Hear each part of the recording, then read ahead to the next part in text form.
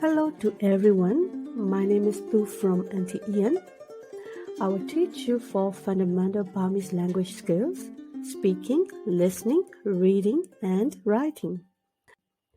Each video teaches new vocabulary and grammar, while also including dialogues and phrases to demonstrate the subject given in this video.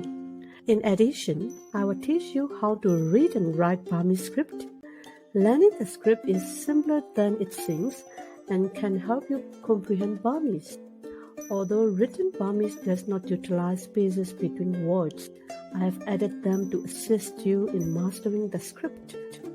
You will also realize that knowing the Burmese alphabet is worthwhile since it will help you grasp and speak the language better. In my Burmese instructional videos, you will learn a variety of basic words that you may use in conversation or while traveling.